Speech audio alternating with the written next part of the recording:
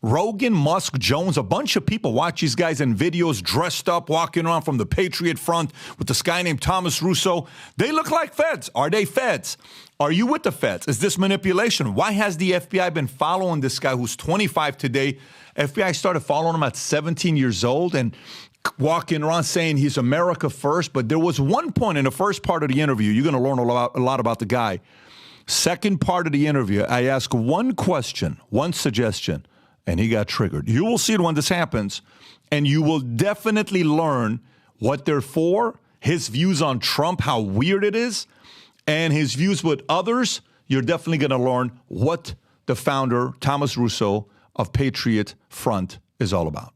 31 members of the Patriot Front were found in the back of a U-Haul and arrested for conspiracy to riot at a Coeur d'Alene Pride event. One of the Texans arrested is Thomas Russo. Thomas Russo on your screen there, along with over 24 other members of the Patriot Front, for the group with matching clothes, riot gear, and shields, believed they were en route to riot at the Pride event. Other members were found guilty of their respective charge and received 5 days in jail, a fine, and were banned from Coeur d'Alene parks.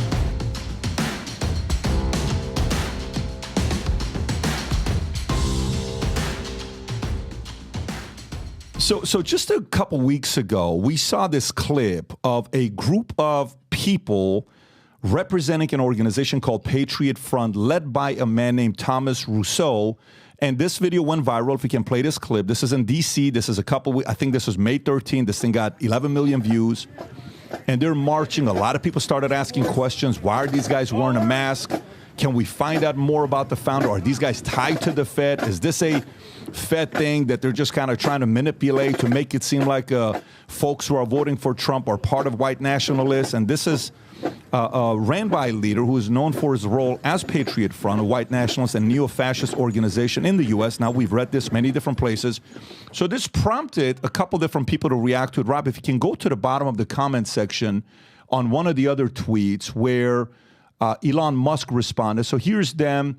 If you show the clip at the top first, Wall Street Silver, the fact that the legacy media shows zero curiosity about unmasking these guys tells us 100% that these are federal agents or paid stooges of one of the agencies. The media has been instructed by the FBI or to just report that Patriot Front exists, white supremacy, et cetera, again, pinning this against Trump. Ian Chung asked the question, does a phenomenal job himself. What's the deal with these Patriot Front guys' vehicles? Their license plates are completely blank. Good question. On the bottom, Elon Musk's asked question. Seems like they should be followed and unmasked. Why doesn't the media or government care about their identities? Go a little lower. Even Alex Jones responds saying, if you look into the group they came out of the events of Charlottesville 2017, the former leader admitted to working for the Obama campaign. I'm going to do a report on this. Anyways, this leads to even Joe talking about this on a podcast. You can play this clip. You're telling me the FBI is not monitoring fringe groups? Can you raise the audio a little bit? We're not aware of these people this fucking organized. Out of nowhere, they pop out with the same size flags and the same outfit on, goose stepping. They're walking, not goose stepping, but walking in this at the same pace in a fucking orderly line. Like who organized this? This is them on their bus. I thought this was going to turn into the video of them walking. See the video of them walking. Is that the video of them walking? Like these are linking to blog posts. So it's not going to... Fast forward a little bit, Rob, to see what he's looking at. How come they're all wearing the same clothes? Look at these guys. Where's the fat people? How come they're all wearing the same clothes? Do that again. What the fuck is this? Have you ever seen anything that looks more like feds? Tell me that doesn't look like feds. He's asking a good question. Right? A lot of people are asking the same question. Bro, look at this. These guys are all runners. Okay, These guys now are go to the next one, buds. Rob, where there's a clip of them going to the train, and then cops are standing right in front. We could play this clip right there, Rob. You had it. And then, so that's them going away.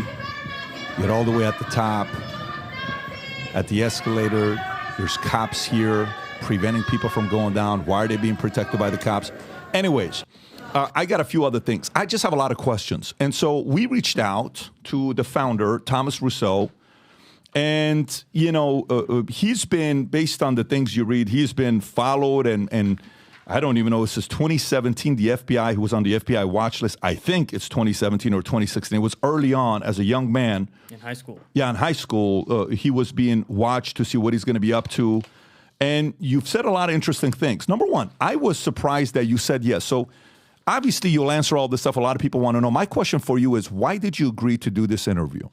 I agreed to do the interview because it seemed like a great opportunity to clear the air about a lot of these things. There are a lot of these misconceptions, and you see, when you have a lot of the explanations on something which is very new, a lot of people do not know about Patriot Front. And when we do these big marches, one of the chief, the ends of the march is to inform a lot of people about what Patriot Front is, and during that realization process, you have a lot of confusion. But when we actually are able to sit down or able to have a conversation, you're a huge proponent of free speech. You're a huge proponent of people who love America. And I think we are extremely in common in those two things. Maybe we have a lot of differences about other things, but we believe in speaking. We believe in rational For discourse. sure. Yeah, absolutely. And I think this was a great opportunity to be able to clear the air and help. Okay. What do you think about Joe Rogan, Elon Musk? What do you think about Joe Rogan, Elon Musk, and Alex Jones? What do I think about them personally? Or Yeah, just what do you think about them and what they've said and what they stand for, generally? So as far as Alex Jones, I think he has a lot of interesting theories about the world, and I think he's right about a lot of things. I think he is wrong about a few things, and one of them being Patriot Front. Okay. He even said when we were doing a march in Austin, he said that we were going around harassing children of color or something to that effect, which is not true. And Alex Jones should know that as somebody who a lot of people have said things about which are not true himself. But I have a lot of respect for any man who stands up in the political space and has a lot of slings and arrows thrown at them, especially for the ends of free speech. Elon Musk, in the same way, Patriot Front is still banned on Twitter. I myself am still banned on Twitter, but I do believe Elon Musk has done something to enhance the amount of free speech on Twitter, and you could say he's interesting as an entrepreneur. I'm not a businessman. I watch some of your content about the EVs, but I'm not qualified to speak on those matters, but Elon Musk, I think it's interesting in the realm of free speech and in business. Thirdly, Joe Rogan, I think he's an excellent entertainer, and in that clip, I believe if it was allowed to play a little bit longer, he does clarify he's not an authoritative source on this. He is an entertainer, and this is just his off-the-hip comments, and I even think it's a little bit complimentary, him pointing out how there's no fat people, because I'll take it, if that's the only thing about us. So listen, man. So how well? What are the benefits package of the feds? Like, how well do they pay you, man? Like, is there like They don't pay me. They don't pay you? Nope. Okay. I'm not a federal agent. Okay. I am not being paid by anybody, and actually a lot. Why do you think so many people that are trusted don't believe you? I think it is partly astroturfed. I think because it is so convenient. Because when we do these big things, we are presented to millions of new people, because it is a spectacle when we go on march, when we have the drums and the banners and the uniforms and the masks. It is engineered to be something which is spectacular. It is very out of the ordinary, and people watch it. And it's very easy for a lot of conservatives, I believe, not the ones here, but a lot of conservatives to dismiss us by saying that's not real. It's fake. You don't have to engage with these people. You don't have to engage with their ideas. You don't have to engage with the fact that the political landscape might be bigger than you previously thought. So it's an argument of convenience, so that they are also, a lot of people are worried about guilt by association, because the left throws around words like white nationalist and neo-fascist, and I haven't called myself those things, but the left throws around these labels wantonly. And a lot of people decide, okay, well, I'm going to stay away from anybody the left labels with those things. But the thing is, these aren't real definitions. These are insults. They're labels to censor and silence people. When they call you racist, when they call you a Nazi, when they call you all these things. And it's a lot easier for some people to say, hey, I'm not a racist. Those guys aren't even real, as opposed to saying, hey, these are patriots. These are nationalists. They may not be like me. They may not agree with me on everything. Yeah, but that's different, though. You're saying the left. Musk had a meeting with Trump the other day.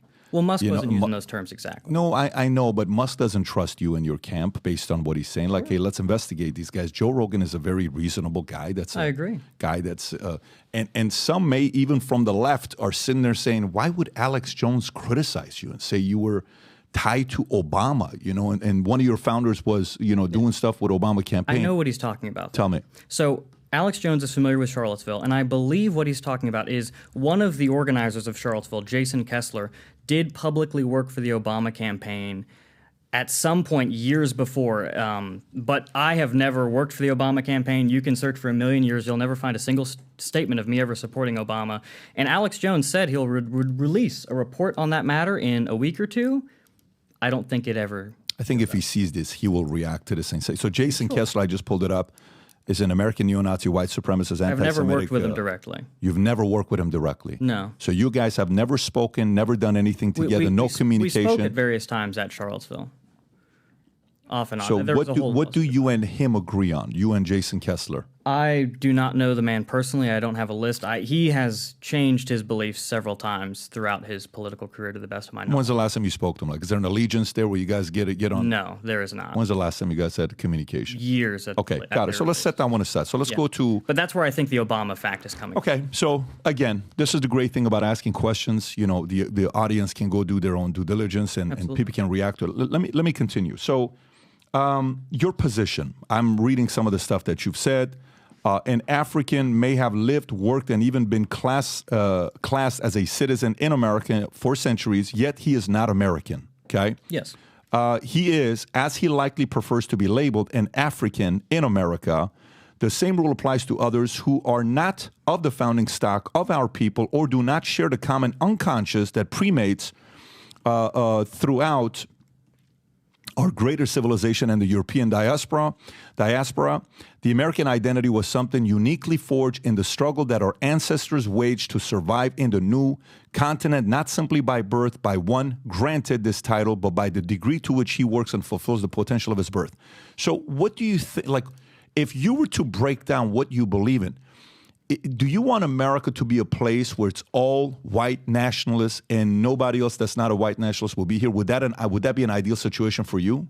Not necessarily, and I believe that might be a bit of a leading question. But when you're talking about that statement in particular, and it is from an older version of the manifesto, it has been updated and clarified. But when you look at different groups, different groups in America, blacks have been very much culturally, economically, socially, and even legally distinct from what we call white Americans, or I simply refer to as Americans, for the entire history of this country. And from the 1600s to the 2020s, there are groups in this country that are very distinct.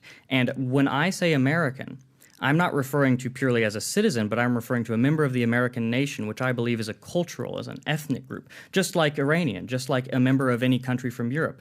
But I believe we should treat the native, true-born population of America in the same way that other countries are purely allowed to recognize that somebody from this country has a unique cultural background. And this isn't to say that blacks are not here, that they do not have a unique culture on this continent. It is simply to say that they are so distinct, both racially, economically, socially. Segregation still exists de facto today. Many communities are largely one or another population. I believe these differences are so distinct that we ought to consider them as different nations, perhaps within the same government. Okay, so what does that really mean? Going back to my question. Sure. I'm from Iran. Okay. My mother's Armenian. My dad's Assyrian.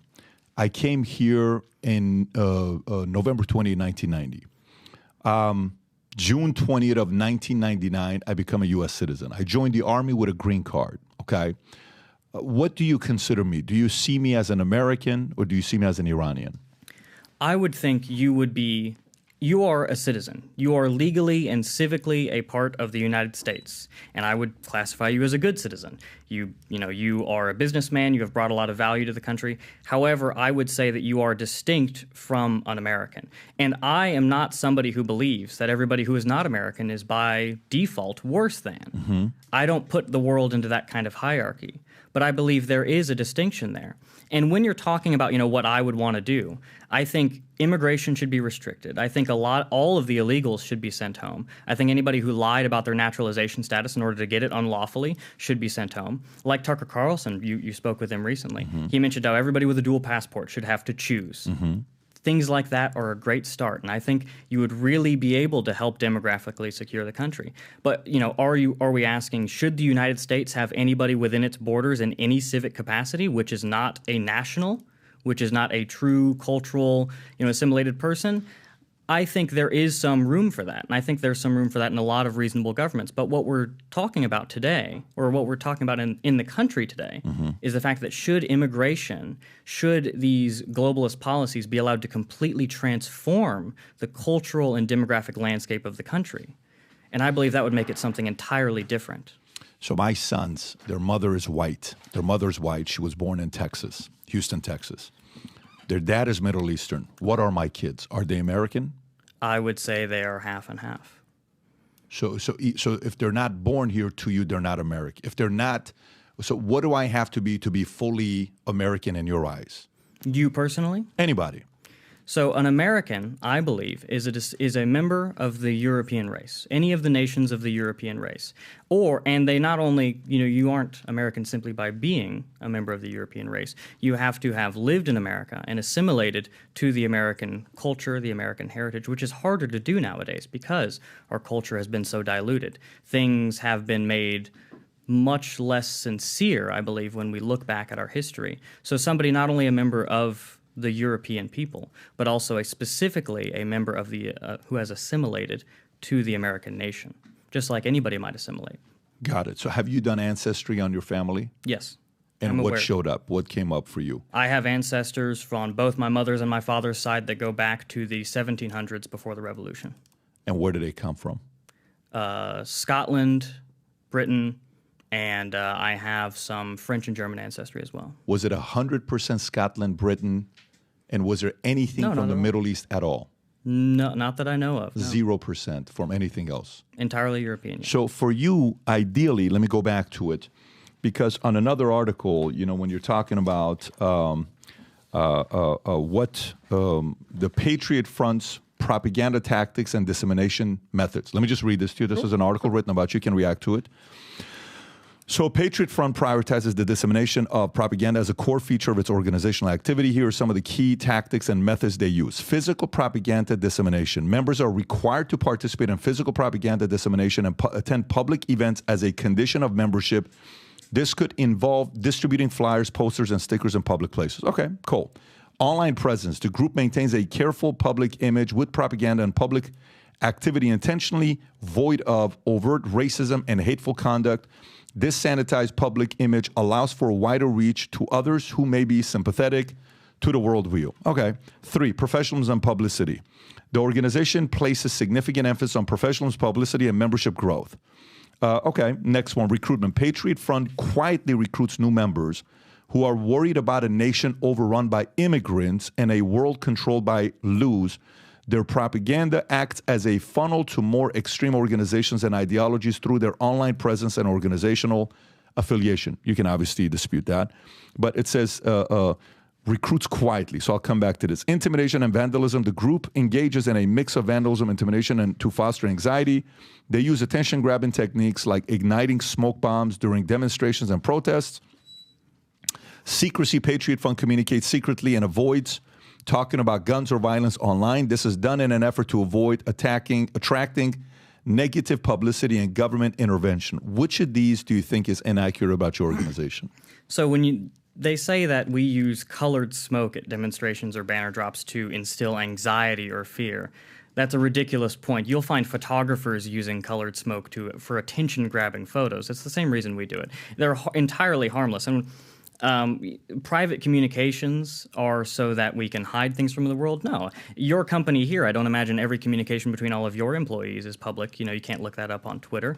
When you're talking about recruiting members quietly, I don't know how we would. How do you recruit them? Where do you recruit the guys from? Where do you find them? We have a website, and people find the organization on any of our publications, or they see us in person, or a lot of networking in person happens. There's a lot of peer-to-peer contacts. And they will contact us. They will submit an application. There will be an email process, and then they will go through our membership process, which is somewhat proprietary because we do take vetting very seriously. We do take security very seriously. But that article, it was written by somebody who does not think highly of the organization. Of course, I get that. No, I totally get that. So if I wanted to go to apply for the application, is this the way to go through it, or what's... That would be the page, yes. And is it a list of questions that I'm going through, or what's the... Or is there like a face-to-face interview that eventually ends up happening? There's multiple stages, yes. There is the application page, and as you would fill it out, more things appear. Are you asking me questions in the interview process, or no? There are questions, there's in-person things. But in here, what kind of questions would you ask me? So, can you, Rob, just put it in there? Let's kind of go through. I'm curious to know what the questions are. Yeah, so you have your email. That's so we can contact you. Would you describe your political beliefs? Yep. Do you live a healthy lifestyle that includes regular exercise? Okay. You can tell a lot about a person. Sure, yeah. Have you described your religious beliefs? Okay. What are you looking for there? Mainly, are you looking for a specific faith, or faith is not the key? It tells you a lot about somebody, so it is a Okay. general, very good conversation starter. Most all of the organization is Christian or, Okay. or other traditional European faiths. We do not permit members who are Hindu, Buddhist, Muslim, You do not. Judaic. We believe that would come into conflict with our sort of America First principles Okay. of wanting a very native-born ideology. Fair enough. So why do you want to join? What are you looking for here? Yeah, well, it really depends on the person, because it's somewhat open-ended, because I want to find out what somebody is interested in. What sometimes people say, "Oh, well, I want to join because I want to go get people or whatever." And okay, trash, right? Somebody says, "I want to join because I want to help people. I want to join because I feel alienated due to my political ideology. I want to join because I've seen y'all slandered in the media and I feel like that's unjust," right? And some people join just out of spite due to what the media says about us. Some people join genuinely because they have a deep attachment to the country. They have a deep attachment to the traditions of America, and they see Patriot Front as one of the more preeminent organizations showcasing a very traditional American view of patriotism. And Okay. again, there's many different examples. What skills do you have to benefit the organization? Activism. So you value activism, planning an organization, video editing, outdoorsmanship. We're looking at where somebody's coming from. Okay. What kind of skills they have. Activism is kind of like, so, okay. If somebody's previously been involved in an activist organization, perhaps. Yeah. How did you hear about us? News, sticker, stencil, flyer, demonstration, community outreach, social media. Okay. Have you read the manifesto and reviewed our updated page? Or the updates page where we talk about our actions and various things.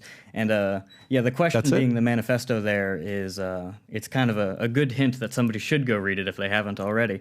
If I put yes, does it open up for more options? Or no, okay, that will be the full. So that's the end of it. So this gets sent into you from here. It gets sent in to people who manage them. Yes. Got it. And it's from there. What is the recruitment process? What's the next phase? Well, then we talk with people, digitally, and we have a whole script that we go through. We ask them a lot more about themselves. We ask them a lot more about their ideology, about their character, because character and morality is very important. We're not just an organization that recruits, we think you're American. We think you're one of us ethnically and culturally, so you're good to go. No, we select for men of character, men of good conduct, men who are disciplined enough to be in an organization with rules and with security and with practices upon which there are stakes.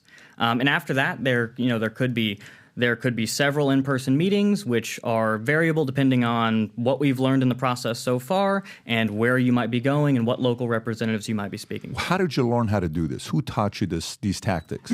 Well, I got started in political organizing, on the sort of it could be called the right-wing fringe. I don't like reducing things into purely left and right, but the nationalist politics. I started organizing at 17, 18, and Patriot Front is a result of 7 straight years of adaptation and evolution and A/B testing.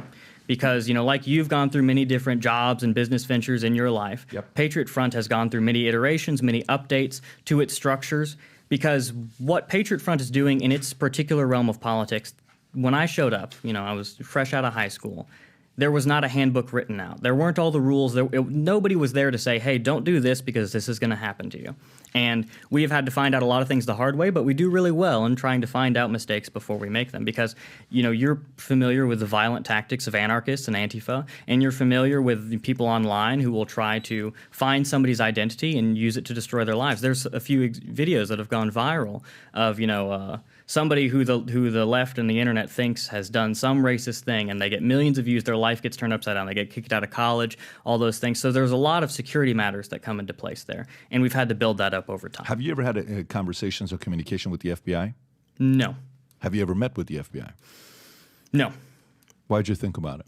Well, I was wondering if at any points in our marches in Washington, D.C., we'll often have a lot of cops come up and talk to us. Yeah. Usually those are regular D.C. Metropolitan Police. Sometimes I believe there's a few lieutenants in there. Could there have been one of them who's an FBI agent who walks up and says, hey, why don't you... I do remember a few times. I don't know if he was FBI, though. But there was a gentleman who walked up to the front of the marching column and said, hey, you're obviously the one in charge. I'm not wearing a mask. I got the big hat on. He said, hey, next time you're showing up to Washington, give me a call. He hands me a business card. I'm not interested in talking to the FBI. I ripped it up. How many members do you guys currently have? Is it 160?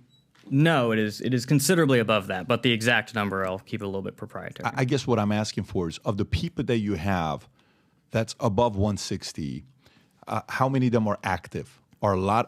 Is it a In lot the of active? 90% range, yes. So 90% of the 160 is active. Well, we have a membership that's in considerable excess of that. Okay.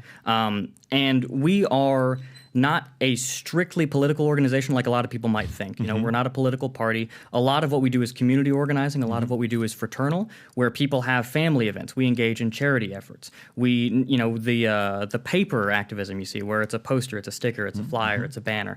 That is just one side of what we do. People also engage in career networking. People also engage in physical fitness and training. People engage. We host sporting events. We host outdoor treks and hikes and things of that nature. We host workshops. We teach people how to, perhaps you might need some homesteading lessons. Perhaps you might want to start up a small business. Perhaps you might want to know how to rappel down a cliff if you're doing rock climbing.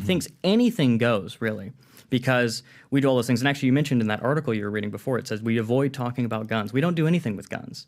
One of the biggest things that the FBI uses to entrap people, and I think they do this maliciously, is they will go into a political group, often one that likes guns, a militia type thing, and they'll say, hey, do you want to buy this illegal firearm? It's really cool. And the person will say, I think so, and then, you know, game over, right? Members are not even permitted to talk to each other about what guns they might own. Nobody is selling or buying or modifying any firearms from each other. We have these security measures solid, concrete, in place because we want to prevent, you know, we do a lot to prevent anybody with bad intentions. They don't have to be in the FBI. There's lots of people in the world with bad intentions, you know. We do a lot to prevent those people from even getting in. But even Do you trust the FBI? Not at all.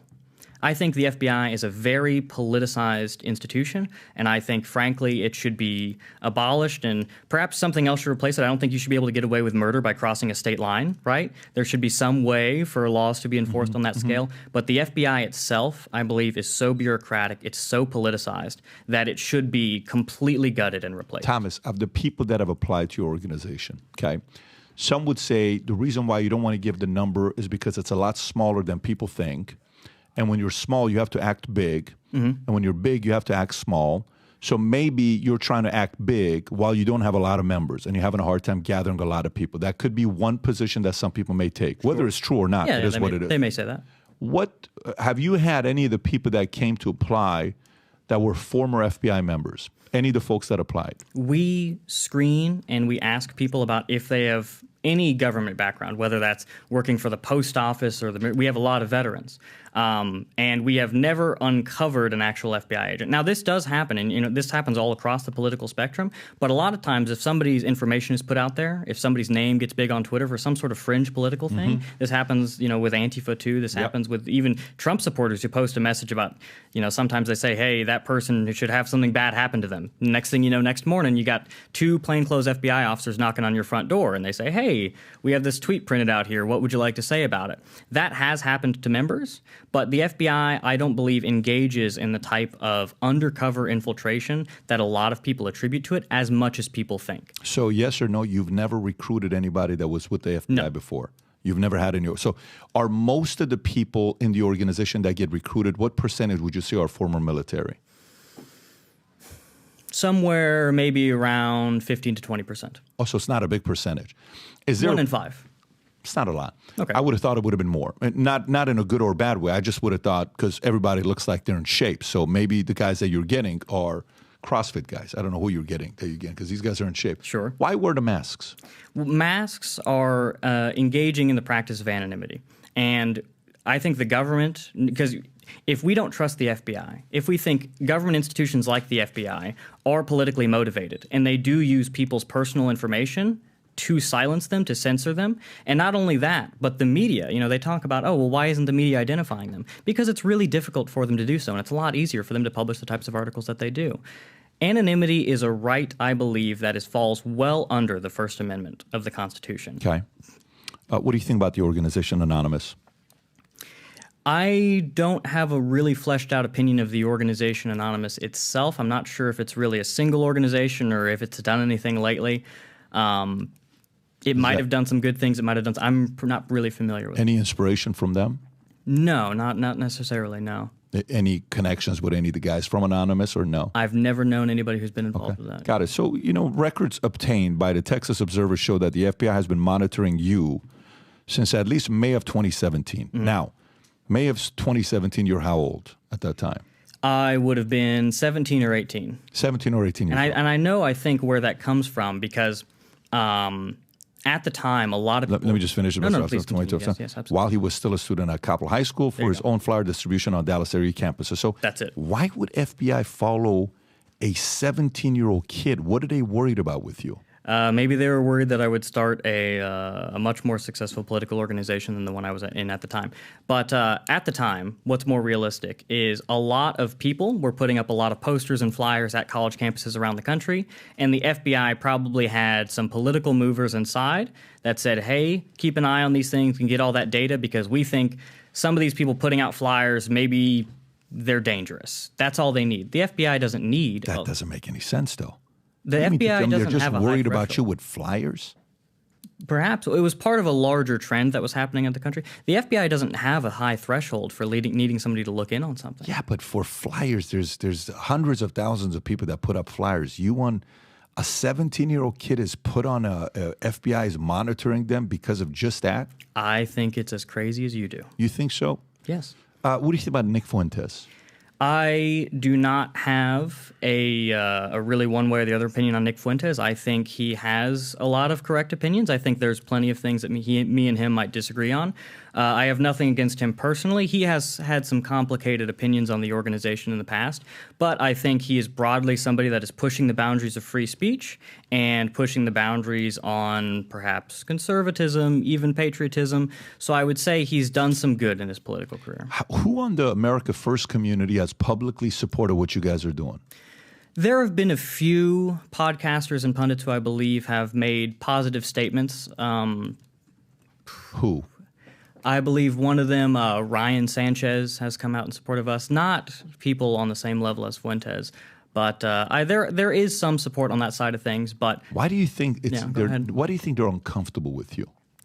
I think you would seem to be somebody that they would say there's a young man Thomas Russo is doing XYZ. Yeah. Why are you not getting that? Why are they so uncomfortable with you? I think there might be a level of perception of competition or a perception that there may be more enmity. You find in a lot of fringe politics that there is a lot of kind of my team, your team tribalism, which is something I really try to move past. I've never made any public statements against Nick Fuentes, and I really do my best to avoid making any negative comments on people individually. I mean, I get that, but to me, like this is a Charlie Kirk was a young guy coming up, and boom, Charlie Kirk blew up, and he was pretty controversial. He was challenging a lot of people. He wasn't, it wasn't like, hey, nobody was supporting him. There was plenty of guys that were comfortable supporting him. Let me read something to you here from 2016, February 28. Your first column for a student newspaper on February 28, 2016 was titled "Diversity Clubs Bring Friendly Atmosphere to Students of Varied Backgrounds."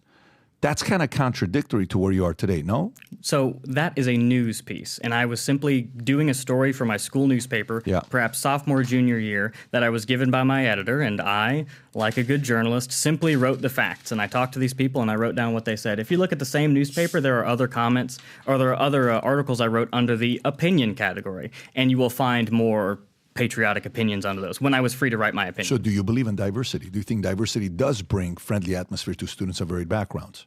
I don't think ethnic and cultural diversity help a country. I think they impact negatively civic engagement.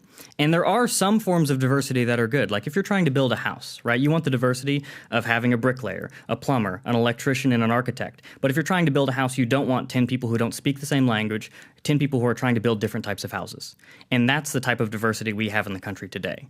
We're not selecting people for skills. We're selecting people for votes. We're selecting people for economic reasons. The Democrats are importing voters, right? Because every group that they're bringing in is voting more Democrat than they are Republican. And 90% of the people coming into the country are from places other than Europe, other than traditionally white countries. So there's a huge economic incentive, and there's a huge demographic and electoral incentive for that reason. I mean, if one may say, why are you uncomfortable with that? Since maybe even, everybody that came here was an immigrant at one point. They came from somewhere, right? That they came to America. Yes. Even when, Revolutionary War, they had control. We're going to leave. We're going to come here. we're going to come and build what we're going to build. Hey, let me just even go to a different question. What do you think about slavery, the history of slavery, what's happened, blacks, whites? What's your position on that? Firstly, I would say that for the significant majority of American history, all the way up until the 1960s, the groups of people that were coming here were broadly from not only Europe, but only certain parts of Europe. And that almost 100%. And the conditions of people, especially coming here in the 16, 17, and 1800s, they were coming to an area which was not fully governed. They were coming to the frontier. Yeah. They were building homes out of mud brick. These were pioneers, these were settlers, these were homesteaders. It's vastly different than the people who come here today and sign up to welfare programs, the people who get their court date and don't show up. And on your second point, what do I think about slavery? I think slavery was imposed upon the colonies, which later became the United States, ultimately by the mercantile system of Great Britain and the Empire. And it was sort of stuck because it became a very difficult institutional question to ask. And the founders asked this question. Thomas Jefferson and even Abraham Lincoln thought emancipation should naturally be followed by repatriation. Colonies were started in Liberia and even places in Central America so that we could return to a status of domestic tranquility without these large ethnic divisions. But unfortunately, when you were ratifying the Constitution, there were disagreements between northern and southern colonies as to should slaves, and that's where the 3/5 compromise comes from. And you had this large population of blacks, which were slaves at the time and then emancipated later, used as political leverage because southern states wanted them to be added to their House of Representatives number for apportionment, and northern states wanted the opposite. And later on, you'll find that the opposition to slavery became less of a political and a geographic thing and much more of a moral crusade. But even today, I think it can be argued, even Candace Owens says it, that the black voter base is somewhat used as a way of political leverage from one left to the right. Do you think Lincoln screwed up with Emancipation Proclamation? I think it was an act of war. It was done during the Civil War as a method to destabilize and to hurt the rebelling colonies or the rebelling states. As a method of achieving his ends in that conflict, I believe it was successful. Would you have done what he did? I cannot personally say what I would have done if I was in Abraham Lincoln's shoes. And it should also be realized that Abraham Lincoln was assassinated before he could really carry out whatever his vision was. And that's the story of historical debate for every day since then. People have argued what he really would have done. Yes, I got some questions on that because when you're talking about Emancipation Proclamation, okay? Yes. I do think slavery is an immoral institution, for the record. You do think slavery is an immoral institution, yes. But you were hesitant to say whether you think what he did was the right thing or not, right? And you're like, I can't really... On a political level, yes. It was controversial at the time. It was controversial at the time, but yes. Do you think, I'll read it to you. So Lincoln issued an Emancipation Proclamation on January 1st, 1863, announcing that all persons held as slaves within the rebellious areas are and henceforth shall be free. Mm-hmm. Do you agree with all of that? I agree that slavery should have been ended, yes. So do you see blacks as equals to whites? In the respects of having basic human rights and not deserving to be slaves, yes. Do I think that they are analogous to people of every different nation on the planet? No. Nor do I think I would compare any two groups of people and expect them to measure up precisely on the fact that they are different. I don't put the world into a hierarchy of races. I think that's unproductive. But I do recognize that different nations are different. They have different cultures. We have different languages. We live in different places. And that type of diversity, not within borders, but between them, is something which is very important. And a lot of the conflicts you have in the world today, whether you're looking at the Middle East, whether you're looking at Russia and Ukraine, are a result of nationalism which has been impaired by imperialism or globalism or these matters where people don't line up with their borders. And America did really well at that for a very long time. Do you think your bloodline is superior to blacks? Superior in what respect? In any, in thinking, decision-making, superior in being leadership. Superior in being American, yes. Superior in any other realm where you might try to measure an individual, I think that doesn't matter. I'm not an anthropologist. I'm not going to look at scientific things and IQ. I'm not familiar with those studies. Yeah. But what I do know is that different groups of people are the best at being who they are. But I don't believe we should put people into categories where it's it's making some sort of hierarchy, which is entirely What unnecessary. do you think about Hitler? I don't have any necessarily strong opinions on Hitler. I've never looked into him detailed in a historical lens. Really? Nothing I believe ideologically or politically is reliant on him. So you've never studied him? Never studied him, no. I mean, I'm familiar with the events of the Second World War. I think a lot of You people... ever read Mein Kampf? I have never read the book. I've heard excerpts, but I think a lot of people have. But I've never read it cover to cover. You've never read Mein Kampf. Okay. All right. So when you started when we started the podcast, you said something about, hey, you know, you're an American, you've done good, but there's some disagreements that we have. At Sure. the beginning, you said that. I said you're pro-American, yes. So what part of me, my ideas do you disagree with? I'm curious. I think we have different ideas on what necessarily constitutes naturalization, Okay. which is more of a natural process as opposed to a legislative process. And any attempt by the government to make that a legislative process is, I would think, a measure to coincide with the recognition of the natural process, because nations are natural things. If you started the world over right now and you put a bunch of people in a bunch of places on Earth, you would end up with nations. They would be different nations, but you would have nations, because within human nature, given to us by whatever creator somebody might believe in, there is a social aspect and there is a hierarchical aspect. We form different cultures. We form hierarchies, and from our hierarchies extend governments. And from our various social collectives, we form families, communities, nations, and then ultimately races. And these are all natural outgrowths of the human mind and body. And me as a nationalist, I want a government which recognizes and upholds these natural truths instead of what we see today, especially with the transgender pathology. People are trying to play God. People are thinking that human beings and culture and heritage and everything up until now is just something that, like clay, that you can infinitely mold and cast people into these things where they're infinitely malleable. It's not true. Earlier, I asked you a question about people that came here. Everybody was an immigrant that came here, et cetera, et cetera. What do you think about Italians?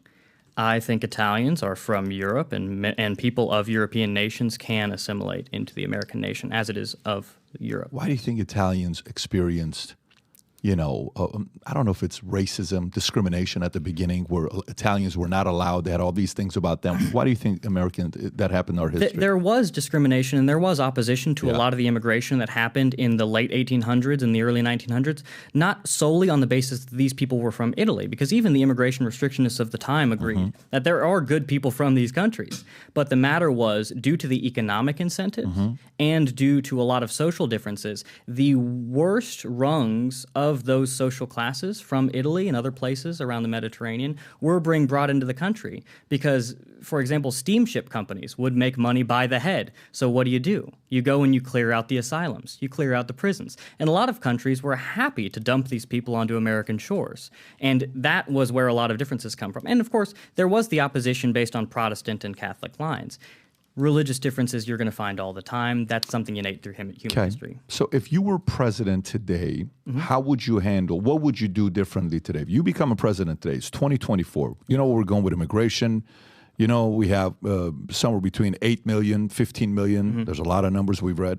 What things would you work on immediately? So first things first, you'd want to shut down the border. I think this is not a controversial thing to say to the right wing.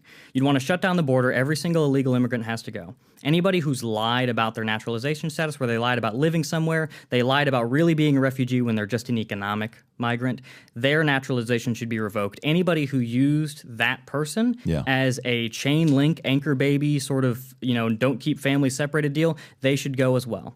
Anybody who's only in here due to visas, which I believe have a lot of economic exploitation of the country, they should be sent home politely. We should be able to create our own engineers. Dual passports. Anybody with a dual passport, even Tucker Carlson said this when he spoke to him. Yeah, I saw that. Every single person with a dual passport should be forced to choose, and I think you'd be really surprised at what countries people would choose if you made them pick.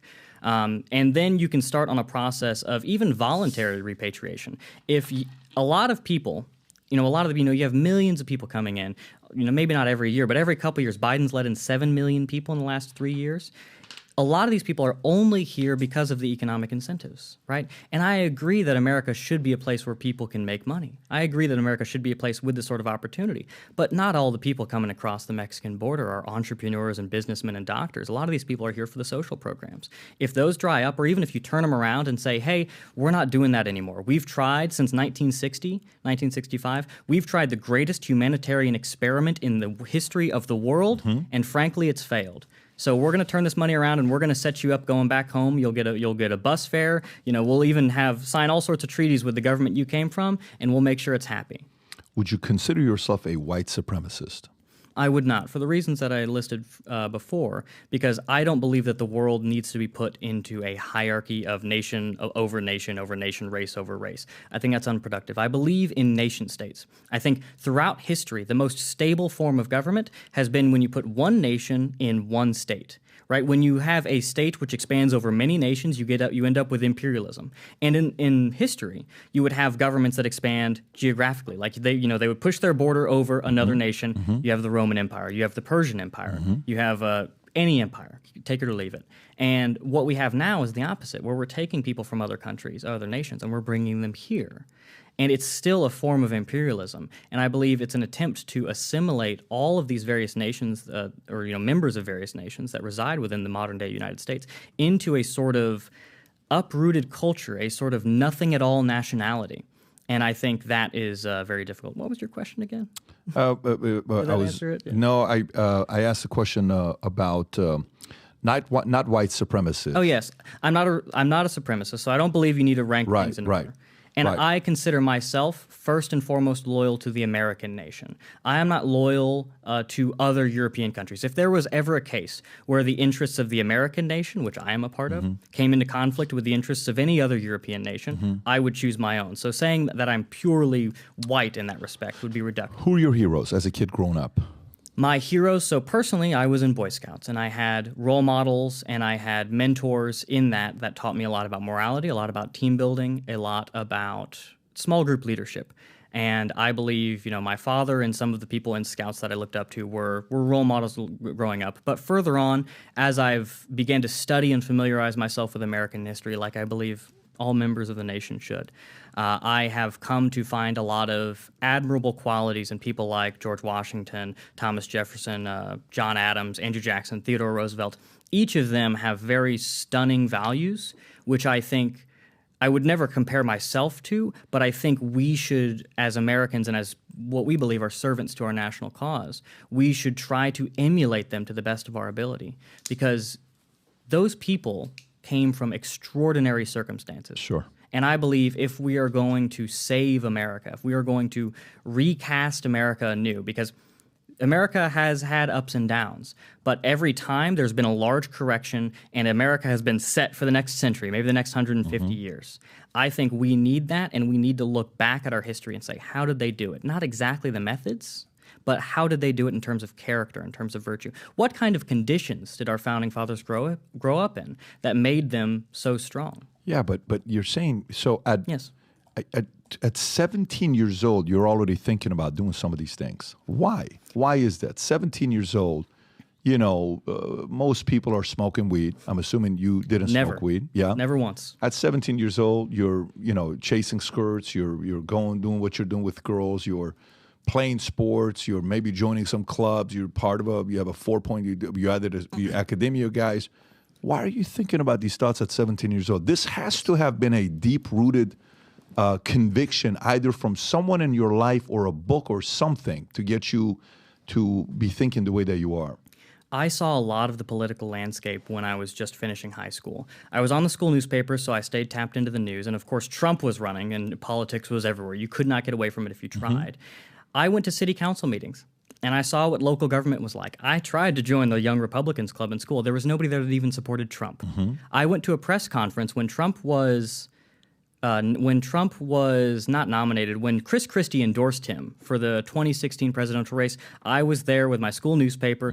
I saw all the various news agencies grilling Trump about his tax returns again and again and again. I saw a lot of the political spectrum. And then I got involved in online movements. I was talking with people online, and I ended up at Charlottesville. And I personally think I would have been better had I not been there. But knowing that I did, I learned a lot about what not to do. I think Charlottesville was a chaotic rally. I think it was very unfortunate. Now, I don't think that it was intended to be criminal or anything negative in that way, but I think it was very poorly planned. And seeing all that, I came to a conclusion from the parts of the political landscape I had seen that it's not good enough. And somebody needs to be doing something that I don't see being done right now. And when you find yourself, you probably have experienced this in business, when you find yourself in a room of people and you might be the only one who thinks that something should be done, at a certain point you think you have to do it yourself. Okay, so Charlottesville, did you get paid from anybody to be there? No, I actually spent some of my own money to... Nobody paid you to be there? Not at all. Whatsoever? I don't know anybody who was paid to be there. Okay, got to honey pot, some of the stuff that conversations were coming up. Okay, so books. What books inspired you as a kid? What books did you read? I have read and been inspired by the historical works of Francis Parkman. I think he was an excellent 1800s American historian who teaches the realm of history in a very successful way. The Federalist Papers are not necessarily inspiring. They're very dense, but they are very informative, and you really need to look up at the Federalists and the Anti-Federalists with almost a semblance of awe for how articulate and how reasonable they were with the circumstances they had. So that was very influential on me.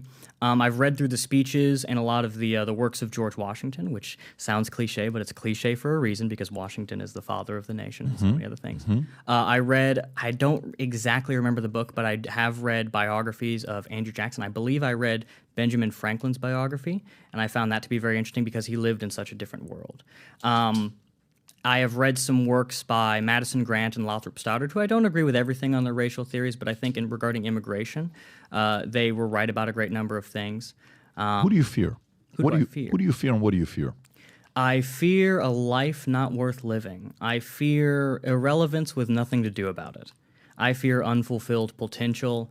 I have a lot of people who don't like me in the world. I have a lot of people who come after me, whether it's legally, whether it's rhetorically, whether it's politically.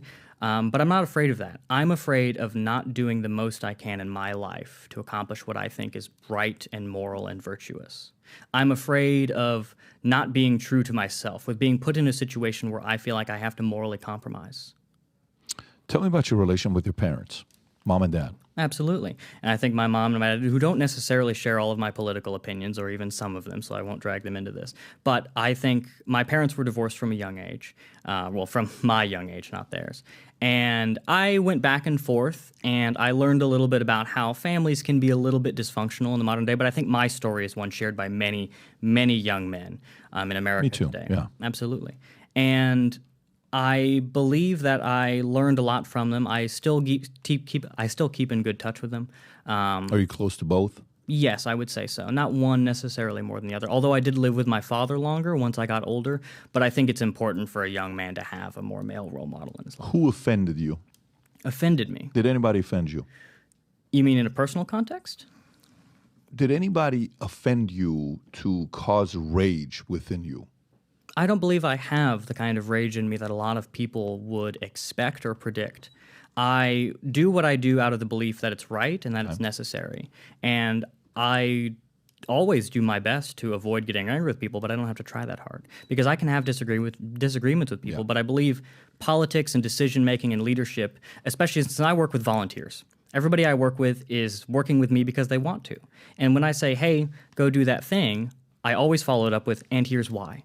And here's why I think you should do it. And if you don't... Who taught you how to do that? Who taught you how to attract volunteers? Where did you learn that? I learned some of it in Boy Scouts. I learned some of it on the school newspaper, but gradually it was really a practice of learning it in the field, learning while you do. And did you duplicate anybody? Did you have somebody that mentored you? I wouldn't say I had a specific mentor. I've seen a lot of people in my life who've done things one way or the other. I believe I might have a natural proclivity for a few things. I don't want to sound like I'm putting myself out there too much, but I believe I do have a particular personality which helps towards working with volunteers. Who's your enemy? My enemy? I believe anybody who wants to absolutely transform and transfigure the face of America into something both it is not and something it was never meant to be.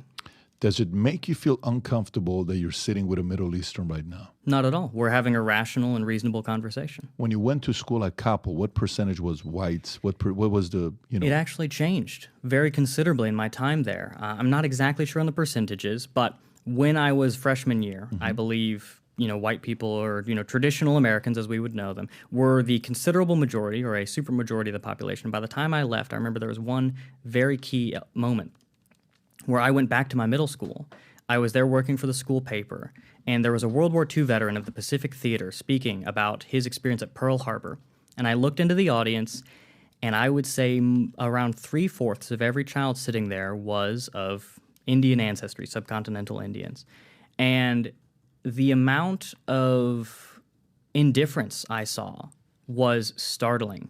And I'm not accusing, these Indian children of being indifferent to the struggles of World War II American veterans, but frankly, it's not their history. They have, the history of their parents also extends back to World War II. India was involved, but it's very different.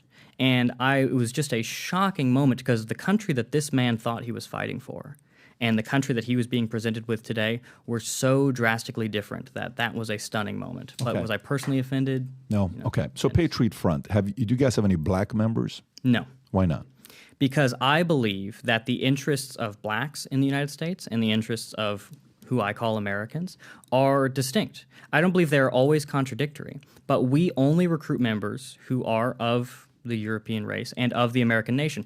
We've denied. So then that's why they call you white nationalist. Were you okay with that disposition or America was living by that standard, essentially from 1620. Nothing that there's anything wrong with that. From 1620 to 1960, that was the standard. Right. So, but white nationalist is a term, you won't find the founders saying it. George Washington, the first Congress in 1787, signed a law saying Naturalization Act, the very first one, only free white men of good character, free white persons of good character. Did George Washington ever call himself a white nationalist? Do people call George Washington a white nationalist? Do they call him a fascist, even though he existed 100 years? It's a different America than today. It's a different America than today. So black members cannot be a part of Patriot Front. Can a Middle Eastern? No. Can I apply and be a part of it? There are many organizations in this country that are by and for people of African descent or people of Middle Eastern descent. Sure. I'm just qualifying that so we know. It's not a big deal. It's Absolutely. just you're saying what the position is. Okay. Yes. Trump. How do you feel about Trump? I have a balanced opinion on Trump. I do not personally, overtly, or actively support him. I think the patriotic constituents in America, people who think like I do, are too easily brought in behind politicians who may overpromise and underdeliver. I think Trump is very unique in the political space.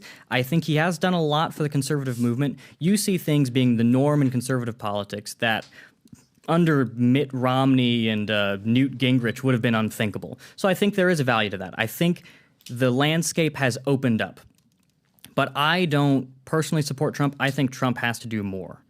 Such as what? Like, what does he need to do? I think his support for Israel is one thing in particular, and perhaps his favor of those Zionist politics is one of the biggest things that are perhaps holding Trump back from a true America First policy.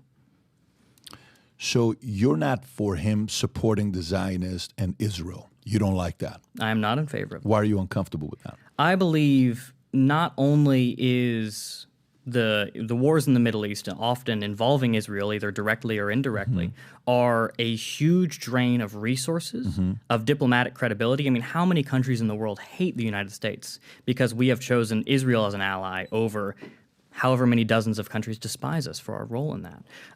But it is a drain of blood. It's a drain of resources. It's a drain of money. It's a drain of diplomatic credibility. And culturally, Americans have very little in common with, I think, a lot of the people that live in Israel. Perhaps not much more than we would have in common with the people who live in other countries. Unpack that. What do you mean by that? The word we disagree with a lot of people in Israel. Americans are not culturally similar to Israelis any more than we would be culturally similar to Iranians, especially, in the country where you grew up. I know Iran has changed very drastically, but I don't think we have a whole lot. There's no reason that Israel needs to be this ally, which we are willing to sacrifice our place on the global stage for, which we're willing to wage trillion-dollar wars to destabilize their neighbors. There's no reason except for the fact that there's so many Zionists in the American government, in lobbying groups like AIPAC, and they brag about their influence. They brag about being able to buy politicians. And you look up politicians that say pro-Israel things, that they defend Israel invading these cities in Gaza, and you look at how much money they've received from AIPAC and groups like that, and it's a lot. But I don't think we should support these other groups in the Middle East. I think the United States should be hands off the Middle East, because I think a lot of these countries, a lot of these groups were having conflicts and border conflicts and ethnic conflicts and religious conflicts long before the United States ever showed up, and they'll be having them after we leave. Do you think the world's a better place without Israel existing? I don't know. I think the existence of Israel is something that needs to be cited by the Middle East and not the United States. So, okay, are you a Christian?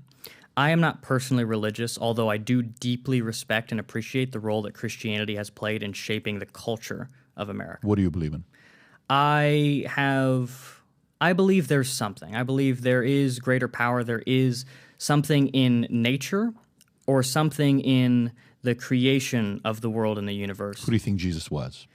I think Jesus was an immensely important historical figure. I believe he was real. I believe he was present, and I believe he defined, millennia that have followed with his words and with his actions and with the. Do you see him as the greatest carpenter of all time? Is that kind of how you view him? Or I think Christ exemplified a lot of the moral teachings that I believe have greatly influenced. I mean, he's called the Son of God, and billions of people believe that. So, yeah. So would you say you're an atheist, agnostic, more agnostic? I've never delved really into picking or choosing a label, but I deeply respect the role that Christianity has played. So let's just say I'm Assyrian. Okay. Very good. And as most of the Assyrian land was today's Iraq. Okay. And a lot of the places, historical places of Assyrians, Alamas and some of these places that we had, they've been destroyed. Yes. By people in Iraq, absolutely destroying well-known churches, well-known buildings to get rid of the history. I'm against historical erasure. Okay. But also, if you say you're against it, but what does that really mean? Because, some people may say, well, the reason why Israel is necessary, because that's Jerusalem. So what if we let it loose and you let the Middle East handle it and they go in and they destroy the city? How do you prevent that from happening? I wouldn't be in favor of cities being destroyed generally. Well, you won't be able to control that because that's happened plenty of times. Does the United States need to guarantee every city in the world? Jerusalem is a different city, though. There's a couple billion people worldwide that believe in this guy named Jesus. And they don't think he was just a carpenter. They think he was I understand. Right. So to them, they would like to keep that place. When you spoke with Vivek Ramaswamy, right, he was talking about how I don't believe he thinks that the Israel should be in its place of preeminence that it is right now. But he was talking about how Israel had all the money and all the guns that frankly they needed to defend their own borders. But what they lacked most was diplomatic credibility. And that was not being used by them because I think there's a lot of people in Israel who are placing the conflict and their war goals over their diplomatic credibility on the world stage. And without the United States propping them up diplomatically, perhaps a lot of those politicians in Israel would have to make a lot of very difficult decisions, which would ultimately bring them back into a semblance, we can hope, of harmony. But that's a decision that has to be made by them. But that's a different conversation, though. Sure. Those are two separate things we're talking about. I think... I don't think that America exists to assure these places. You don't think America exists to ensure these places. So, yes. Got it. So for you, whether they destroy Jerusalem or not, that's not in your top 100 list that matter to you. I would say that I would think it would be a very bad thing.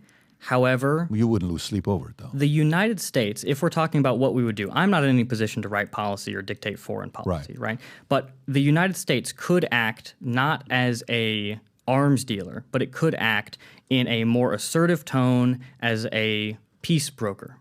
And I think that could avoid the type of cataclysmic scenario you're talking about. What prompted you to be so uncomfortable or maybe against Israel's existence or, the fact that it's like, I think Trump being too supportive of that, I'm not with that. What prompted you at this age, 25 years old, to be so against that?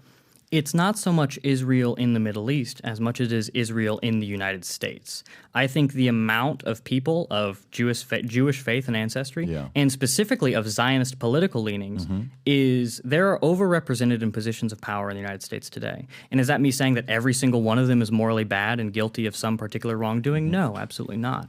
But I think it is not wrong to say that these people, especially Zionists, people with these lobbying groups, are so vastly overrepresented in comparison to the amount of Jews in the Middle East or in the United States or anywhere, that we need to ask some serious questions as a country as to whether or not the influence of these, political careerists is in the best or the negative interests of the United States. And if you ask me, I would say no. I think that's a very valid. No, I don't think people would dispute that. I don't think that's the concern. There's a lot of people that are probably going to be on the same page with you there on whether America's first or not. It's not about I hope so. I think that's what the case is. Because we would want it to be America first. And some of them are simply not. They're giving too much money to Ukraine, too much money to a lot of different places. Those are all valid concerns to have. I think for you, okay, so at the beginning, I asked you, what things this organization was about. You're like, well, that was a hit piece that was written on us. Okay, great. That particular one. Yes. Right, that one that was a hit piece written on you guys. Who is an ideal candidate today that you would say, I like what he or she stands for? As far as conventional politicals and electoral race? Yeah.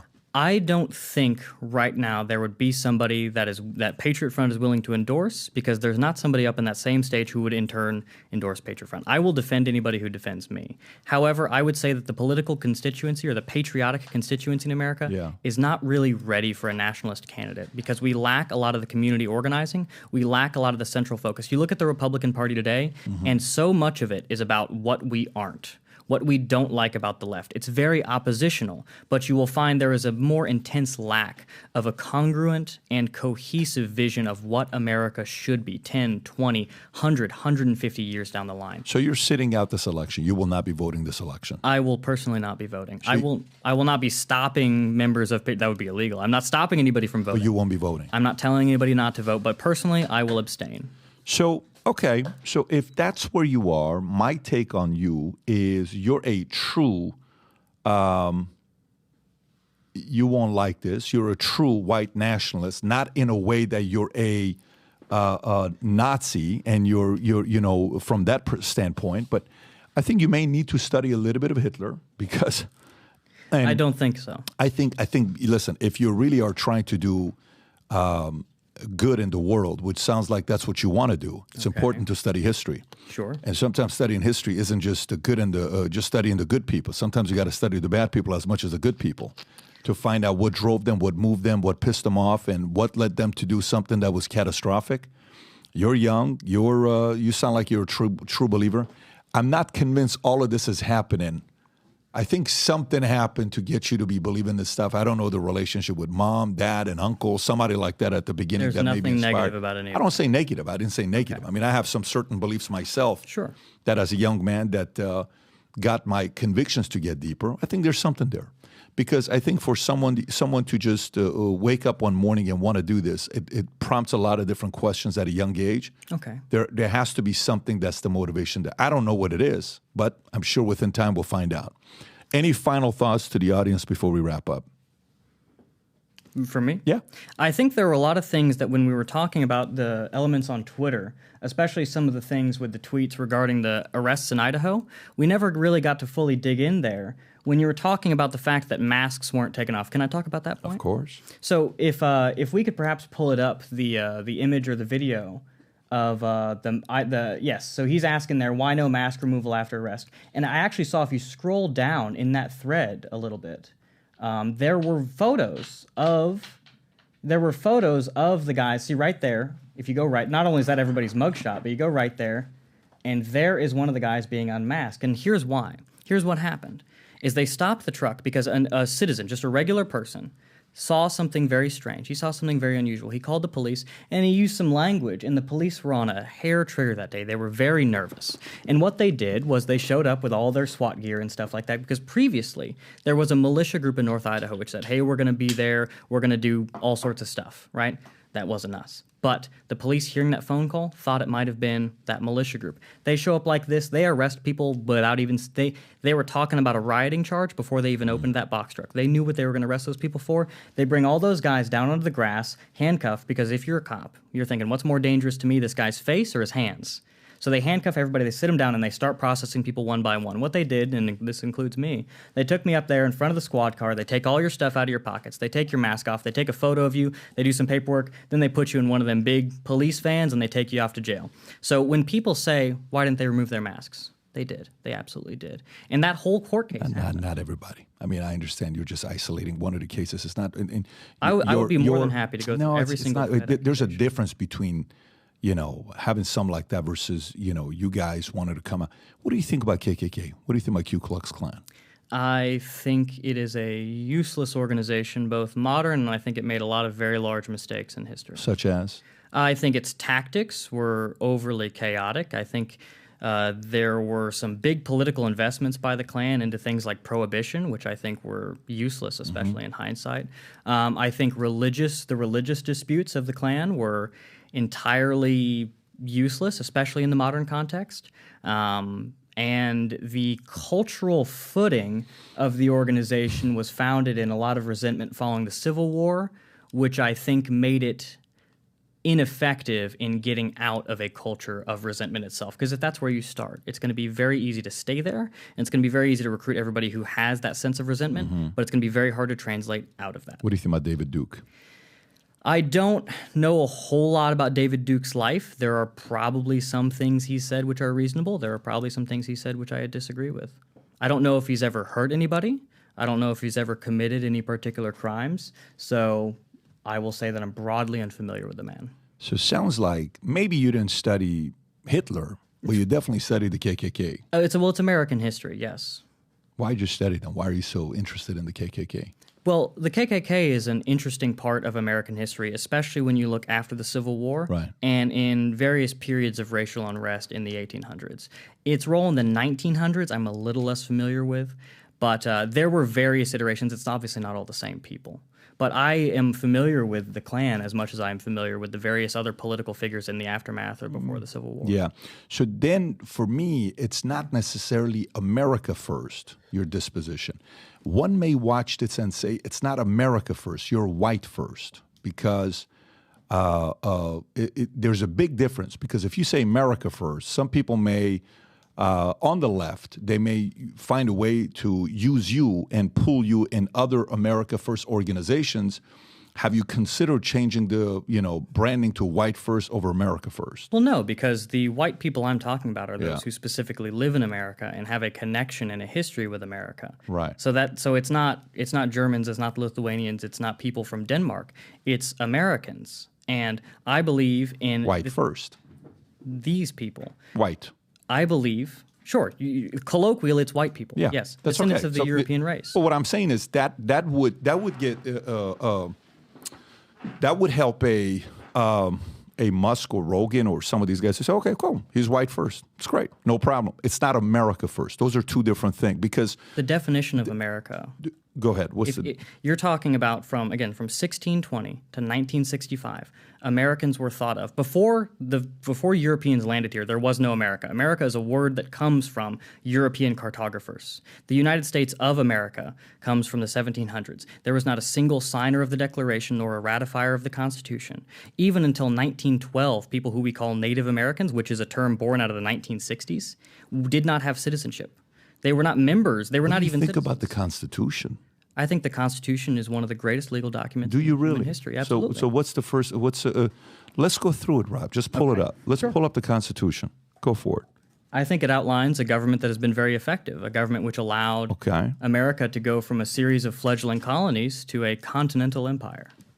Can you pull up the Constitution, Rob? So what do you think about the freedom of religion?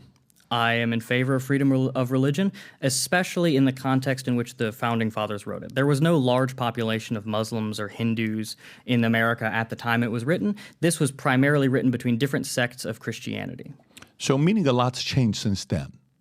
some things have changed in terms of legislative policy, but not necessarily the proper ways to instill and defend a country. How big was the Muslim religion in 1776, Rob? Can you Google this? How big was the Muslim religion these are people that are your I'm aware heroes. that Thomas Jefferson went to war with Muslim pirates. I totally get that. What I'm trying to find out is, because if you're talking about you love the Constitution, you love what it stands for. I love its role as a document which has but protected freedom the of religion is a way saying that other religions can coexist and other religions could not be white. Well, that's also important because we had immigration policy made by the legislative branch outlined in the Constitution, which for hundreds of years precluded immigration from places which were largely Christian and largely European. And once that changes, it's much more difficult to say that Congress shall make no law about anything in particular. Yeah, but it contradicts what you're saying. What you're saying is if the Constitution is a beautiful... Do you think George Washington was Christian? I'm curious to know where you're at with that camp. Yes. Thomas Jefferson, you think he was a Christian? Jefferson is commonly historically understood as a deist. So he's known as a deist. Yes. Okay, we're on the same page. Yes. Okay. Where are you at with Benjamin Rush? Benjamin Rush, I would assume he was also a Christian. Okay. I'm not familiar exactly with his religious beliefs. So freedom of speech, great. I'm in favor. Freedom of assembly, Obviously, great. I practice that. Freedom of religion opens it up. So Congress maybe shall make no law. I agree with that. Yeah. The government itself should not adopt an official religion. I know, but what that does do is then maybe to be congruent with your beliefs, then maybe it is, I think they screwed up when they put freedom of religion. I don't. Really? No. But then that attracts Muslims. That attracts others to come here. Was not with the Constitution, but with the immigration policy. Immigration policy was opened up in 1965, not 1784. What's your point? The point is that immigration policy allowed for all of these different people. And the You reason... think Muslim wasn't here prior to that? Not You very think many. other religions weren't here prior to that? Not in any significant quantity, Oh, it's no. not about significant. Of course, Not enough to make a difference. I get that, but compounding effect. No, I think to be fully congruent with where you're at, the part that may make sense is white first, cool, because that's your priority. It's not to, when you tell somebody America first, like you tell Elon Musk, do you consider him American? I would say it can be argued if he's fully assimilated, given his cultural history. You could say yes, you could say no. So he's not born here, he's from South Africa, but because he's white, he's American to you. He is of a nation, which is the South Africans who are from the Netherlands, and All right. America has more in common with the Netherlands than it does a place like Japan. I totally get that. And I totally understand get that. you say I should say white first. No, it's not. You should say. You can say whatever you want to say, Okay. and nobody can. This is America. I'm a freedom of speech. But I think based on yes. the way you're presenting your ideas, I don't think you're America first. I think you're white first is what you are. Because you're not even Christian. Go ahead. So it's not the denomination where, I would have said if you're America first, I think Trump is America first. Yes. I think Musk is America first. Okay. I think Rogan is America I have first. nothing against these people. No, what I'm saying to you is I think a lot of these guys are America first. I think, me being from Iran, I think I'm America first. I'm a supporter of this. But I think there's a difference between what America first means versus yours, which is more specific to skin color and origin, where they come from. Did you know that Charles Lindbergh, who originally coined the term America First with the America First Committee, had beliefs in race and naturalization much more similar to mine than any of the people you just listed? He may have, but that doesn't mean that's if you ask the average Talking person. about the origins of a phrase. But there's a difference. So you're saying Trump has that position? I am saying Trump has his own unique positions, not all of which I agree with. Well, of course. That's kind of like saying the same book written, Vault, is written by 20 different people. That doesn't mean that if I write the book Vault, is the same as the first guy that wrote the book Vault. No, that's not what that means. And when I think Trump, Trump is thinking about choosing Tim Scott as a VP. You probably would lose your mind if Tim Scott is the VP. I don't know or have any large opinion on Tim Scott. But he's black, though. That's not America first. I didn't know he was black until you just told me. Yeah, Tim Scott is black. So Very good for him. Yeah, but it's not about good for him or not. That would be against Patriot Front, that you and your community wouldn't be okay with that. When you were speaking with Vivek, you talked about how Ann Coulter believed that Vivek would not get her vote for president. Sure. Because he's the children of immigrants and he is very culturally distinct. Yeah, sure. I think that is that is an opinion held by a very large percentage. I don't disagree. Of the conservative. Yeah, I don't voter base. disagree. Enough of a percentage to make a difference politically. And Enough or not enough? enough. Okay, good. That's Enough- an opinion. Enough that I think it needs to be weighted. And when you're talking about when I say America, Yeah. I love the history of America. I love the culture of America, and I will So you always. don't really like the freedom of religion, because that kind of screwed it up a little bit. I do not. What do you believe I endorse that's against it? Because if they would have said only Christianity, I okay, don't agree with that. But what I'm saying to you is, the moment you say freedom of religion, Yes.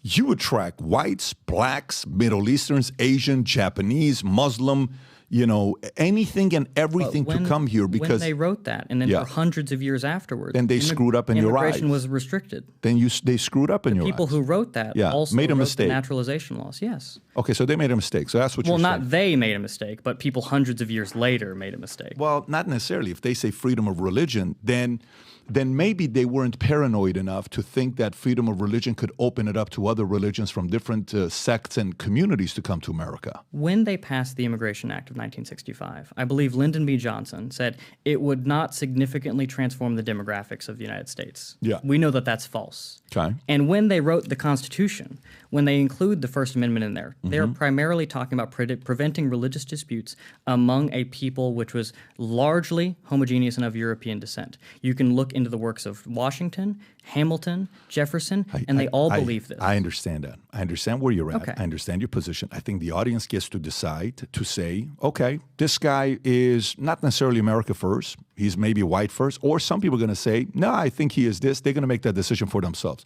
Candace Owens, you've said a few things about I Candace mentioned Owens. her, yes. Would you be comfortable with her becoming the president of United? Would you vote for her if she ran? I don't think she has opinions analogous to mine, and I don't think the President of the United States should be of her cultural background. So the president of the United States should be of the cultural background.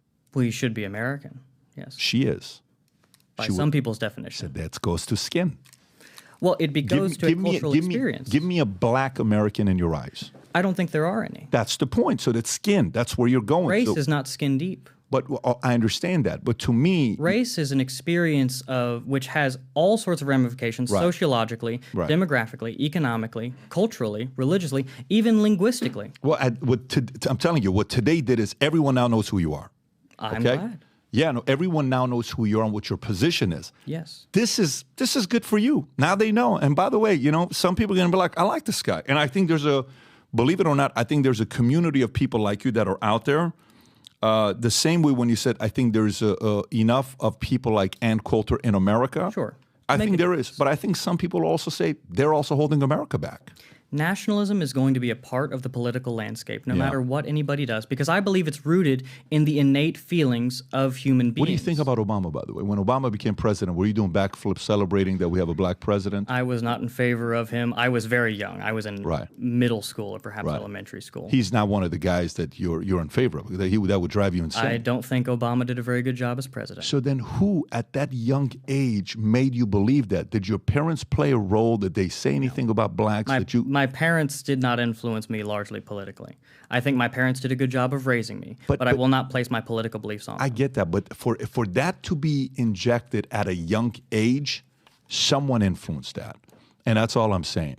For somebody to have these deep-rooted beliefs like this, and I understand when you get to a point where you don't want to get your parents involved or anything else. Sure. Somebody doesn't just wake up one day and say, yeah, he's, Well, not it was a process that took Right. years. Because when in 20 How old are you right now? You're October 25. 20th, 98, you said? What year were you born? October 20th, 1998. Okay, so So when I was, if I could help you out with a little right, bit of a timeline. 2004, he talks at the DNC. So I was not paying 2008, I know you weren't, but in 2008, he becomes president. Mm-hmm. You're 10 years old. There's only one way that influence is going to be there. It's probably from parents. I was not following politics at that age. When I was in maybe 2014, 2013, I was not politically minded at all. Like you said, Okay. I was the kid like you described, just doing things. And then when 2015, 2016 comes around, Yeah. I start learning more about politics. Mm-hmm. I start interacting with more people who have all sorts of different opinions online. And eventually, with Trump, I start interacting with a lot of people that like Trump Yeah. or that dislike Trump. And I find out more of what I believe by interacting with people Mm-hmm. who believe different things. Sometimes you don't know you don't like something until somebody presents you with it, and you find out, well, that's not really who I am. And then after a few years, and ultimately I got caught up in Charlottesville as somebody who wasn't super familiar with a lot of the things going on, and I found out a lot of what I didn't like. But I also found out that there's something in patriotism, there's something in nationalism that's worth having. It's just it wasn't there at the moment. Would you ever marry a black woman? No. Okay. Middle Eastern? No. Armenian, Assyrian? I want my children to look like me. Okay. So got it. You want your children to. I think that's a very understandable opinion. I don't. A lot of people. There's people will share that it, yes. there's a guy that goes viral all the time, and he wants blacks to only marry blacks. I don't have a problem with that. I got a manek yesterday from somebody whose parents are Armenian, and she is dating a black guy, and her parents want her to marry an Armenian guy. And I can understand that. I don't have a problem with that. But going back to it, Yes. you would be more white first, not America first. Well, There's a big difference. Americans are one of the sovereign nations of the European race. Just like somebody who believes that Iranians should only marry Iranians. Would you say that he is Arab first? What big name today in America agrees with you? I would say that there are people who have individual opinions. If I'm going to point to somebody who believes everything I believe. No, just the specific thing about to say, I'm not comfortable with a Candace Owens being a president. I'm not okay with a Tim Scott being a vice president. I'm not okay. You put them on the ballot and you'll find out how many. It's not people about believe finding. that. Oh, are you kidding me? Like we learned how many people did that when Obama won in understand what you're 08. saying. Yeah, but what I'm saying to you is, I don't disagree that there isn't a sect with you. Yes. But I think your community is getting smaller and smaller and smaller, not bigger. I think your community. Political landscape is opening up. You think so? There's Okay. a lot of people. When you talk Yeah. to Tucker Carlson, you asked him what America was. And he said America is a people, it's a place and experience. And I'm not saying he agrees with me on everything. But he also said that if you take all the people in America and you replace them with somebody else, it is no longer America. I think that is a very common opinion. I think that it's a very deeply felt opinion among a lot of people. I'm actually with a lot of what he's saying there. I actually agree with it. I'm not. When I came to America, I feel I had to earn the right to come to this great country. It gave me incredible benefits. I owe to America. I don't think America owes me anything. Okay. Nothing. I came here and I had 195 other options. Why did we choose America? Then, we could have gone to Africa. We could have gone to Russia. We could have gone to, at the time, Yugoslavia. We could have gone to why did we come here? We owe America. This is why I served in the military. But I think Absolutely. the difference between you and Tucker, you've quoted a lot of people. Yes. You've quoted Tucker. You've Yes. quoted Ann Coulter. Sure. You've quoted Candace Owens. Ann Coulter dated Dinesh D'Souza. Okay? Sure, that's her decision. Candace Owens, I think she's black. I'm pretty where she is. And Tucker Carlson gets along with practically anybody, and it's not something. I would like to think I'm getting along with you. I don't think it's about along the differences. Like I don't think a Tucker would want somebody to become a president based on their skin color and being white first. I think Tucker would want somebody to become president. Race is not purely skin color.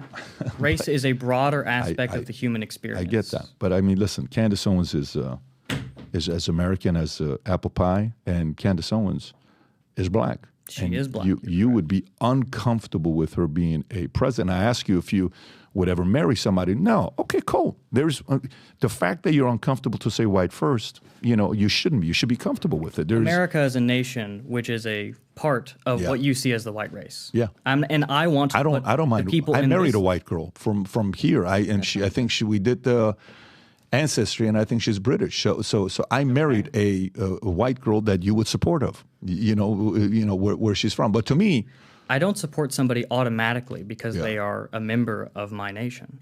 I support people because of matters of their character and matters of their deeds. not what it sounds like, though. It's not what it sounds like. It absolutely is. It's not what it sounds like. I think we should be able to have a country, if the immigration policy that you're talking about, where it's largely restricted to merit, you would believe it should be a meritocracy.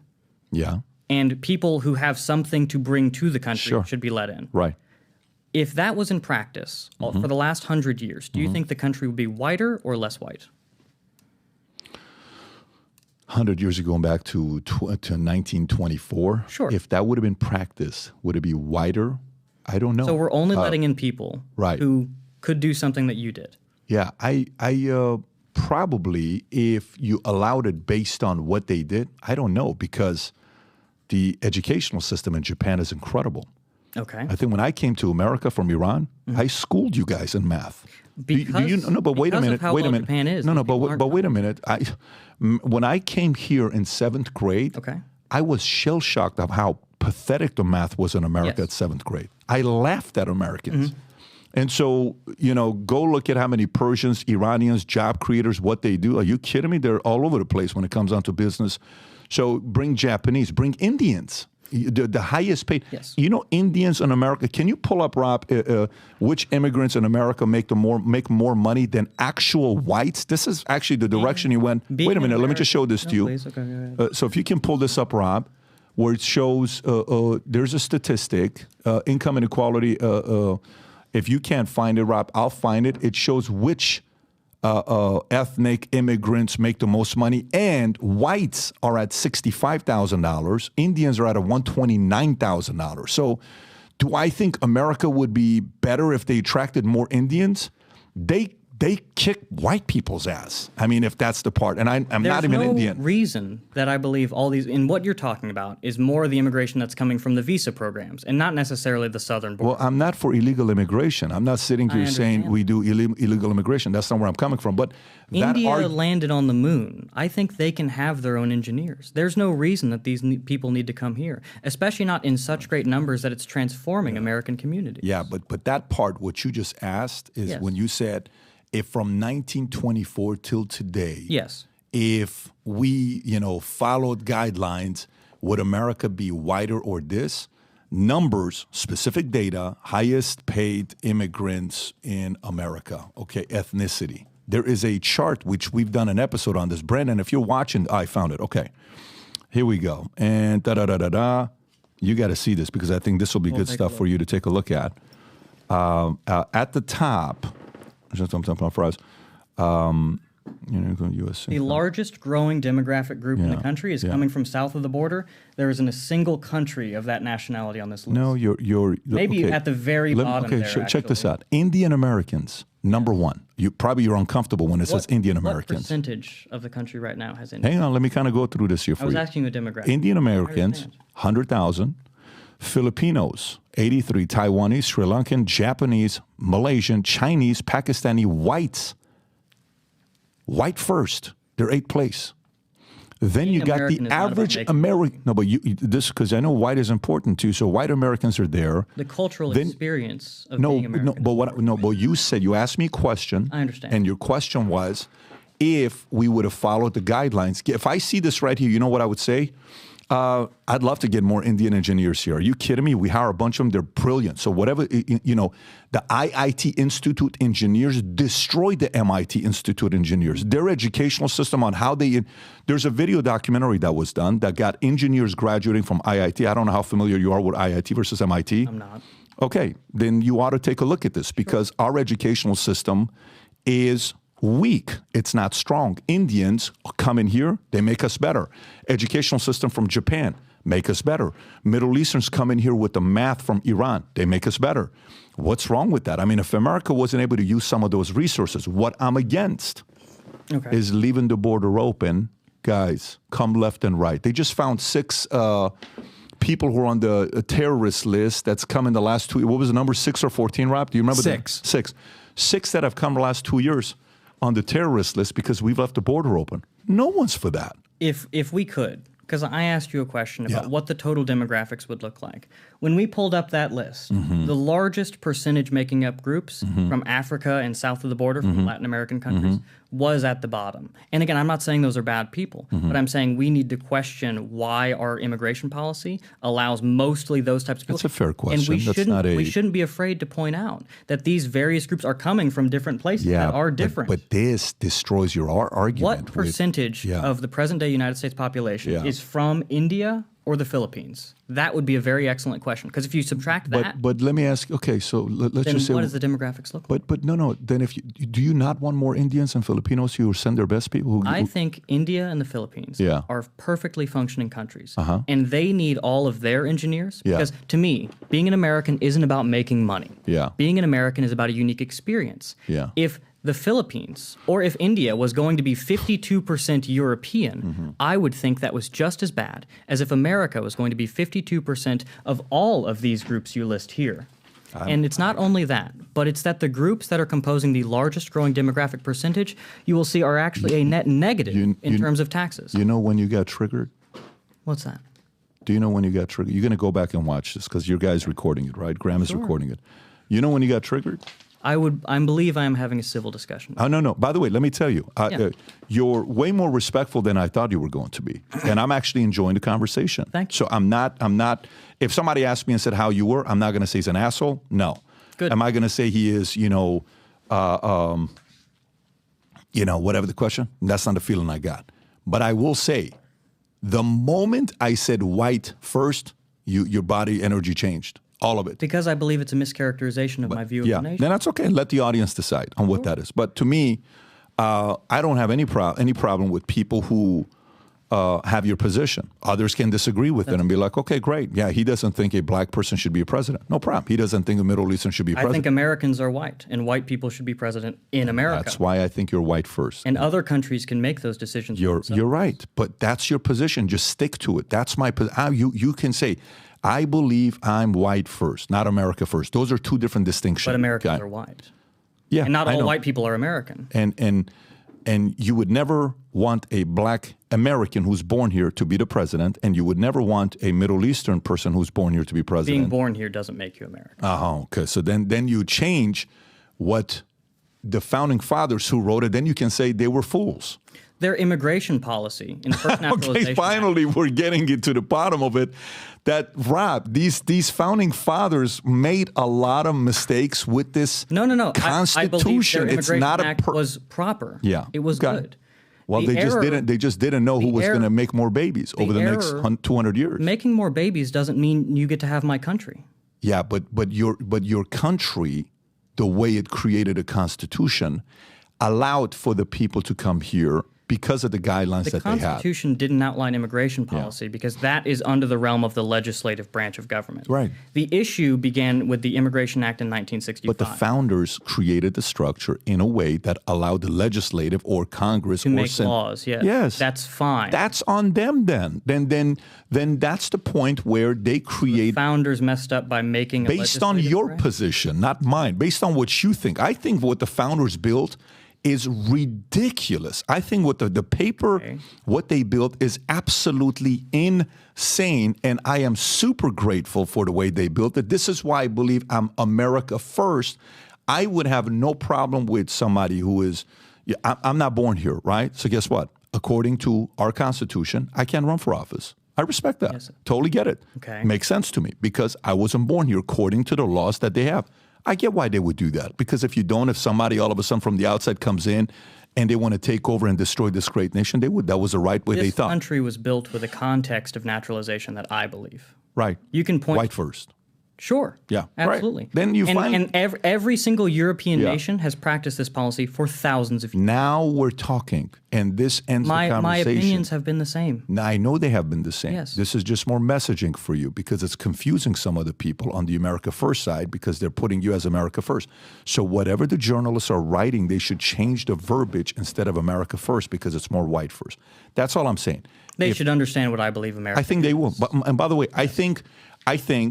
Believe it or not, I think you've done a phenomenal job presenting your position of where you're at. Kudos to you. It's very obvious where you're at. And the audience now doesn't have any,